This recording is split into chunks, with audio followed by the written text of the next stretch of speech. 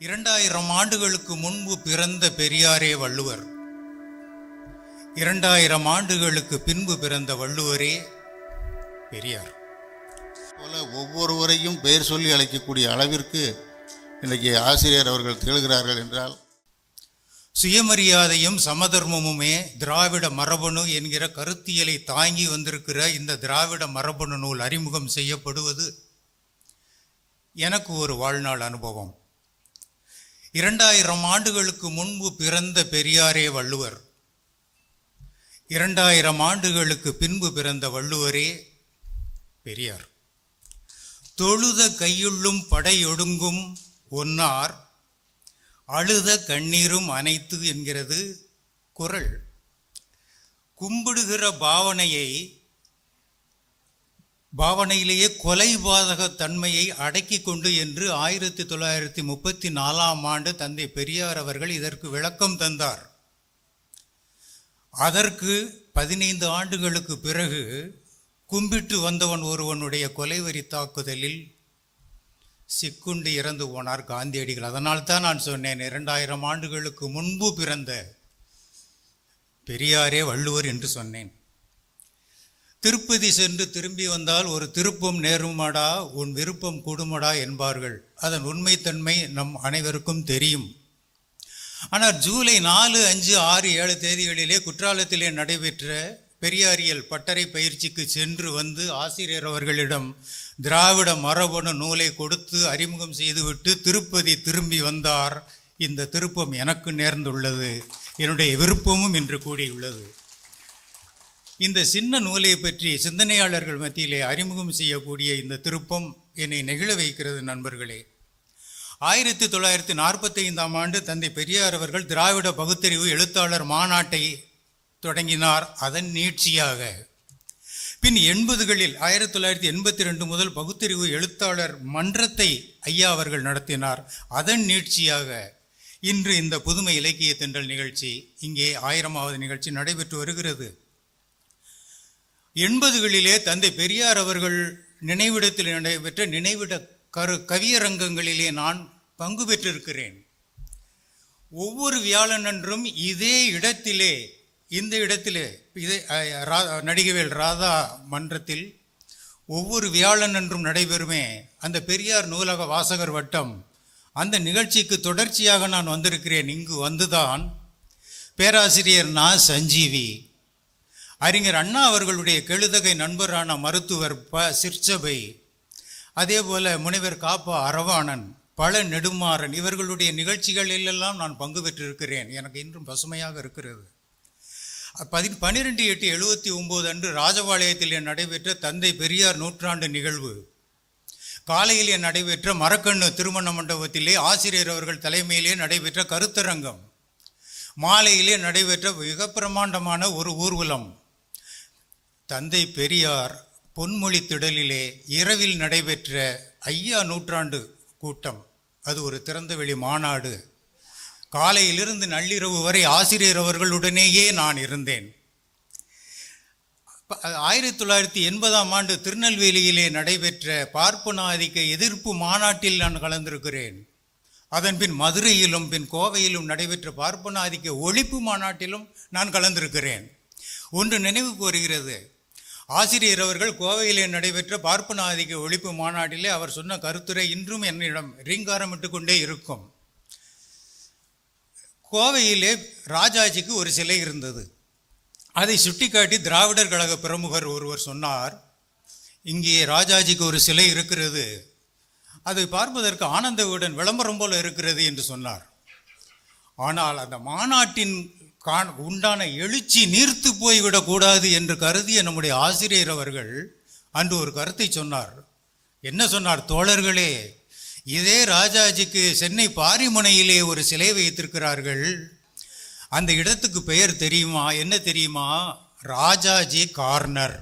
ஆம் நண்பர்களே, ராஜாஜி கார்னர் செய்யப்பட்டு விட்டார் என்று அந்த மாநாட்டிலே ஆசிரியர் அவர்கள் சொன்னார்கள்.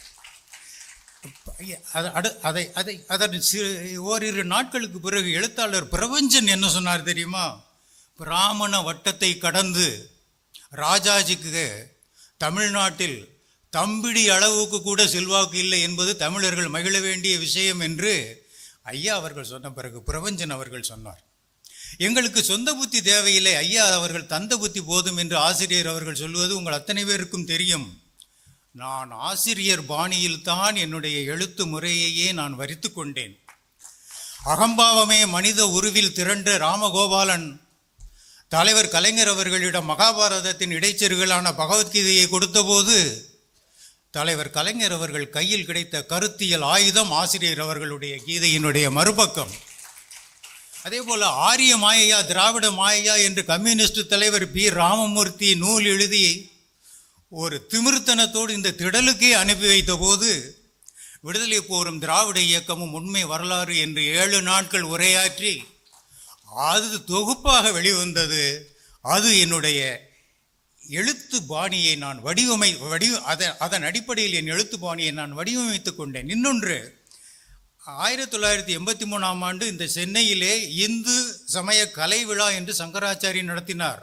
அப்பொழுதும் ஆசிரியர் தான் வெகுண்டு எழுந்தார். 10 நாட்கள் உரை. அந்த 10 நாட்கள் உரையும் சங்கராச்சாரி யார் என்கிற தலைப்பிலே நூலாக வெளிவந்தது. அது எனக்கு கிடைத்த ஒரு கருத்தியல் ஆயுதம். இன்று வரை கடல் போன்ற ஆவணங்களை கொண்டுள்ள திராவிட இயக்கத்துக்கு இந்த திராவிட மரபணு ஒன்றும் புதிதல்ல. ஆனால் திராவிட இயக்கத்தின் வைரியாக அரசியல் சகாக்களால் கட்டமைக்கப்பட்ட ஜெயகாந்தன், காவியா அண்ணன் சொன்னது போல கவிஞர் வைரமுத்து குறிவைத்து தாக்கப்படுவதற்காக சனாதனவாதிகளால் கையில் எடுக்கப்பட்ட ஆண்டாள் சர்ச்சை, இவ்விரண்டையும் நான் ஆசிரியர் பாணியிலே எதிர்கொண்டேன், ஆசிரியர் பாணியிலே அணுகினேன். நம்முடைய எதிரிகள் தான் நமக்காக விளம்பரம் செய்பவர்கள் என்பார் தந்தை பெரியார் அவர்கள். இப்பணியை செவ்வனே செய்தவர் ஜெயகாந்தன். எழுத்தாளர் ஜெயகாந்தன் திராவிட இயக்கத்தை மறுதளித்த செய்திகளையெல்லாம் நம்முடைய காம்ரேடுகள் குதிபோடுவார்கள். ஆனால் திராவிட இயக்கத்தை அவர் சிலாகித்ததை வெளிக்கொண்டு வரவில்லை. அவரை உற்றறிய நாமும் தயாராகவில்லை. திராவிட இயக்கத்தை உயர்வாக ஜெயகாந்தன் எப்பொழுதெல்லாம் பேசினார், சிலாகித்தார் என்பதை இந்த நூலிலே நான் ஆவணப்படுத்தியுள்ளேன். காஞ்சியில் உள்ள மௌடீக மடம், அந்த மௌடீக மடத்துக்கு எதிராக தந்தை பெரியார் சிலையை நிறுவினோமே, அப்பொழுது ஜெயேந்திர சரஸ்வதிக்கு திறந்த மடல் எழுதுகிறார் ஜெயகாந்தன். பெரியார் சிலையை ஸ்ரீ மடத்தின் முன்பு நிறுவன்னு சொல்லலை ஜெயகாந்தன். என்ன சொல்கிறாரு? பிரதிஷ்டை செய்வதனால் ஆச்சாரிய சுவாமிகளின் திருவுளம் புண்படுமோ என்று சொல்லிவிட்டு சொல்கிறார். அங்ஙனம் தங்களது திருவுளத்தை தேர்ந்து சொல்லக்கூடிய பொறுப்பை தாங்கள் எவரிடமேனும் தந்ததுண்டா? அதோட நிற்கல, பேயாழ்வாருக்கும் நாயாழ்வாருக்கும் சிலை வைத்து தெய்வ வழிபாடு செய்து கொண்டிருக்கும் தமிழக மெய்யன்பர்களுக்கெல்லாம் தயையும் கருணையும் நல்கும் தங்களது பேருள்ளம் பெரியார் சிலை வைப்பதனால் சிறிதும் கோணல் உறாது என்று நான் நம்பலாகுமா என்று சங்கராச்சாரியிடம் கேட்கிறார் ஜெயகாந்தன். பெரியார் எனது பார்வை என்கிற நூலிலே கட்டுரை எழுதுகிறார். பெரியார் என் காலத்தில் வாழ்ந்த எல்லா தமிழர்களையும் சிறப்பாகவே பாதித்தவர். அடுத்து சொல்றாரு, இவருக்கு இணையாக இன்னொரு பெரியாரை தமிழகம் இந்த நூற்றாண்டில் காணவில்லை, இனியும் காணாது. ஜெயகாந்தன் சொல்றாரு, சாதி கொடுமைகளினாலும் மூட நம்பிக்கைகளினாலும் அழிகிற மக்களை குறித்து புத்தருக்கு பின்னால்ங்கிறாரு. இவரை போல ஆழமாகவும் நெடுங்காலமாகவும் யோசித்து வந்த இன்னொரு பெரியார் இந்தியாவில் பிறக்கவே இல்லை என்கிறார். ஜெயகாந்தன் புதுச்சிறப்பு கடிக்கும் என்றொரு புதினம் எழுதினார். அது திரைப்படமானது. அப்பொழுது தமிழகம் முழுவதும் பறந்துபட்ட எதிர்ப்பு. அப்பொழுது ஜெயகாந்தன் வேறு ஒன்றுமே பதில் சொல்லவில்லை. ஒன்றே ஒன்று சொன்னார், புதுச்செருப்பு கடிக்கும், உங்களுக்கு கடிக்கிறது சரி, பட்டாபிஷேகம் என்றெல்லாம் நீங்கள் சொல்கிறீர்களே, அப்பொழுது இனித்ததா என்று கேட்டார். சில நேரங்களிலே சில மனிதர்கள் என்று ஒரு புதினம், ஒரு நடிகை நாடகம் பார்க்கிறாள் என்ற ஒரு புதினம், இவ்விரண்டுமே திரைப்படமானது. அப்பொழுது இயக்குனராக ஜெயகாந்தன் தேர்ந்தெடுத்தவர் யார் என்றால் பீம்சிங். ஜேகேயிடம் கேட்டார்கள், நீங்கள் எதற்காக பீம்சிங்கை தேர்ந்தெடுத்தீர்கள் என்று கேட்டார்கள். ஜெயகாந்தன் சொன்னார், அவர் ஒருவர் தான் எம்ஜிஆரை வைத்து படம் எடுக்காதவர் என்று சொன்னார். அதான் ஜெயகாந்தன் ஒரு குதர்க்கம் பேசுபவர் தான். ஜெயகாந்தனை பற்றி ஜெயகாந்தனுடைய தாய் என்ன மதிப்பீடு வைத்திருந்தார் என்பதை கங்கை எங்கே போகிறாள் நாவலில் ஒரு பாத்திரத்தின் மூலமாக ஜெயகாந்தனே சொல்லியிருப்பார். இவனிடம் பேசி ஜெயிக்க முடியாது, அவன் நியாயத்தை அநியாயம்பான், அநியாயத்தை நியாயம்பான் என்று சொல்லியிருப்பார். நண்பர்களே, அது மட்டுமல்ல நண்பர்களே, நான் ஜெயகாந்தனிடம் திராவிடர் கழகம் வழியாகத்தான் போய் சேர்ந்தேன். உங்களுக்கு தெரியுமோ தெரியாதோ, 25 ஆண்டுகளுக்கு முன்பு உண்மை பத்திரிகையில் ஓராண்டுக்கு மேலாக ஜெயகாந்தனுடைய படைப்புகள் திறனாய்வு செய்யப்பட்டு வந்தன. ஒரு மனிதன் ஒரு வீடு ஒரு உலகம், ரிஷி மூலம், யாருக்காக அழுதான், சில நேரங்களில் சில மனிதர்கள், இவையெல்லாம் ஓராண்டுக்கு தொடராக உண்மையிலே வந்தது. அதன் மூலமாகத்தான் நான் ஜெயகாந்தனிடம் சென்றேன். அந்த பழி பாவம் என்னை மட்டும் சார்ந்தது அல்ல என்பதை நான் இங்கே சொல்லிக் கொள்ளுகிறேன். நண்பர்களே, நன்றி உணர்வு என்பது பலனடைந்தவர்கள் காட்ட வேண்டிய உணர்ச்சி, எதையும் எதிர்பார்த்து செய்வதல்ல என்பார் பெரியார். நண்பர்களே, நான் பலனடைந்தவன், இந்த நிகழ்வு எதையும் எதிர்பார்த்து செய்ததல்ல. அத்தனை பேருக்கும் நன்றி, வணக்கம். தந்தை பெரியாரை தலைவனாக ஏற்றுக்கொண்டு குடியரசு இதழ் முதல் அனைத்து இயக்கத்திலும் ஈடுபாடு இருந்த அறிவுலக மேதை அண்ணாவின் கால் பதித்த இடம். அந்த அண்ணாவின் தம்பியாய் என்று வங்கக்கடலோரம் துயில் கொண்டிருக்கக்கூடிய முத்தமிழறிஞர் கலைஞர் அவர்கள் பல முறை வந்து இங்கு கொள்கை முழக்கம் செய்த இடம். இந்த திடல் வரலாற்று சிறப்புமிக்க திடல். இந்த திடலில் வெளியில் இருந்து பார்த்திருக்கிறோம், உள்ளே அமர்ந்து கொள்கை முழக்கங்களை கேட்டிருக்கிறோம். இன்றைக்கு தமிழர் தலைவர் திராவிட இயக்கத்தின் கடைசி கையிருப்பு, திராவிட இயக்க கருவூலம் ஆசிரியர் ஐயா அவர்களோடு சமநிலையில் அமர்ந்து இந்த மேடையில் சிறப்பு செய்திருக்கிறார்கள் என்றால், திராவிடம் என்ன செய்தது என்று சொல்கிறார்களே, இதைத்தான் திராவிடம் செய்திருக்கிறது. எல்லோரும் சமநிலை என்று தந்தை பெரியார் அவர்கள் சொன்னதைத்தான் தன் வாழ்நாள் முழுவதும் வயது முதிர்வை கூட பொருட்படுத்தாமல் ஐயா ஆசிரியர் அவர்கள் ஓடி ஓடி சென்று கொள்கை முழக்கம் செய்து கொண்டிருக்கிறாரே, அதனால்தான் என் போன்றவர்கள் இந்த இயக்கத்தின்பால் ஈர்க்கப்பட்டு இன்றைக்கு திராவிட முன்னேற்றக் கழகத்தில் கிட்டத்தட்ட 37 ஆண்டுகள் நாங்கள் பணியாற்றினால் கூட எங்கள் ஆரம்பகால பணி திராவிட கழகத்திலிருந்து தான் தொடங்கியது என்பதை இந்த நேரத்திலே நான் தெரிவித்துக் கொள்ள விரும்புகிறேன். என்னுடைய தந்தையார் பூலித்தேவன் வரலாற்று ஆய்வாளர் ராஜையா அவர்களின் மூத்த மகனான அண்ணன் நரேந்திரகுமார் எங்கள் தந்தையாரின் இலக்கிய வாரிசாக,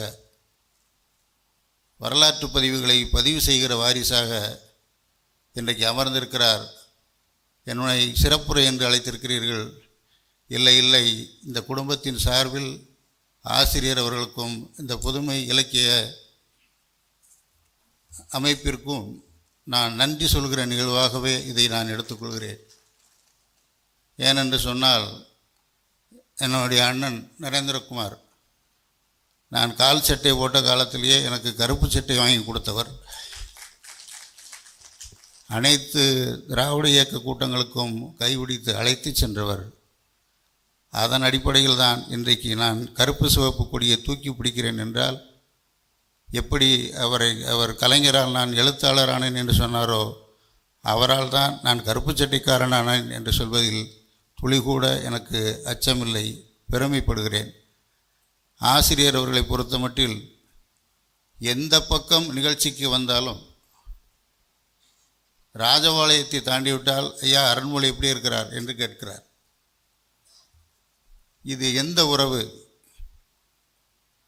கொள்கை வழி உறவு என்கிற அந்த ஒரே அடிப்படையில் எப்பொழுதும் இந்த இயக்கத்தை சார்ந்தவர்கள், தந்தை பெரியாரின் கொள்கையை தூக்கி பிடிக்கிறவர்கள், கருப்பு சிவப்பு கொடியை தூக்கி பிடிக்கிறவர்கள் யாரெல்லாம் எங்கெல்லாம் இருக்கிறார்களோ அவர்களையெல்லாம் தனது மனதில் ஒரு தொலைபேசி பதிவை எப்படி எண்களை பதிவு செய்திருக்கிறாரோ அதை போல ஒவ்வொருவரையும் பெயர் சொல்லி அழைக்கக்கூடிய அளவிற்கு இன்றைக்கி ஆசிரியர் அவர்கள் திகழ்கிறார்கள் என்றால், ஆசிரியர் அவர்களே, உங்களுக்கு நாங்கள் தலை வணங்குகிறோம். ஒரே ஒரு வேண்டுகோள், விண்ணப்பம், சற்று உடல்நலத்தை பார்த்து கொள்ளுங்கள். ஏனென்றால் நீங்கள்தான் எங்கள் கையிருப்பு. உங்களை பார்த்து பழகியவர்கள் நாங்கள், உங்களை பார்த்து படித்தவர்கள் நாங்கள். உங்கள் மாணாக்கர்கள் எல்லோரும் இங்கே இருக்கிறார்கள். நீங்கள் வில்லாக இருங்கள், நாங்கள் எல்லோரும் அம்புகளாக இருக்கிறோம்.